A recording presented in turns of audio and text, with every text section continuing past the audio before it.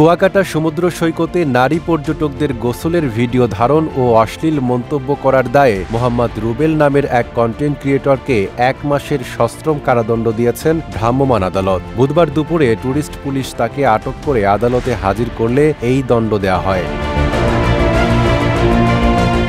জানা গেছে, বরগুনা সদর উপজেলার বাসিন্দা মোহাম্মদ রুবেল স্থানীয়ভাবে একটি মুদি দোকান চালানোর পাশাপাশি বিভিন্ন বিষয়ে ভিডিও কন্টেন্ট তৈরি করেন। এই ধরনের লোকগুলো যেমন 18 থেকে 30 বছরের মেয়েদের টার্গেট করে এবং ওই যে সমুদ্রে গোসলের পরে ড্রেসটা শরীরের সাথে লাইগা যাওয়ার পরে যে আসলে খারাপ যে ভিডিওগুলো ওইগুলো ধারণ করে এরা ইউটিউবে ছাড়ে। এ সময় সৈকতে কাজ করা অন্যান্য ফটোগ্রাফার এ ধরনের অশ্লীল ভিডিও ধারণকারীদের শাস্তির দাবি জানান।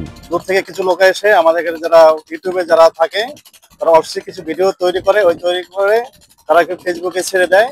এটা আমাদের কুয়াকাটা যারা আছে গেস্ট যারা আছে তাদের সমস্যা, আমাদের সমস্যা। টোটাল আমাদের যে ফটোগ্রাফার আগে বিভিন্ন পদ্ধতি আমরা করতাম, এখন তো আমরা এটা পরপর করি যে এটা কেউ যদি না করতে পারে, যারা করে তাদের আমরা মূলত শাস্তি চাই। RICL TMX, যুগের পর যুগ স্থাপনা থাকে মজবুত।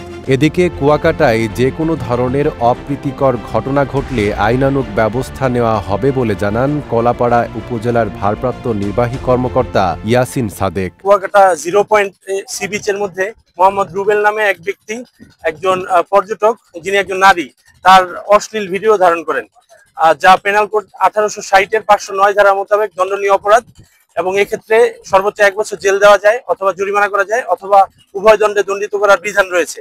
এমত অবস্থায় টুরিস্ট পুলিশ তাদেরকে আটক করেন এবং আমি ঘটনাস্থলে পৌঁছানোর পর আমার সামনে বিষয়টি উদ্ঘাটিত হয়।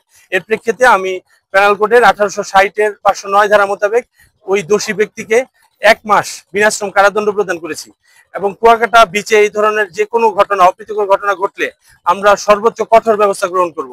এটা আমাদের উপজেলা প্রশাসনের পক্ষ থেকে এই কঠোর বার্তাটি আমি ভারপ্রাপ্ত উপজেলা নির্বাহী অফিসার হিসেবে প্রদান করলাম। আর এই ব্যাপারে কুয়াকাটা সি বিচে যেন টুরিস্টরা নির্বিঘ্নে আনন্দ করতে পারেন, এ ব্যাপারে আমি আপনাদের সকল স্টেক হোল্ডারদের আন্তরিক সহযোগিতা কামনা করি। Desk report, Dhaka post.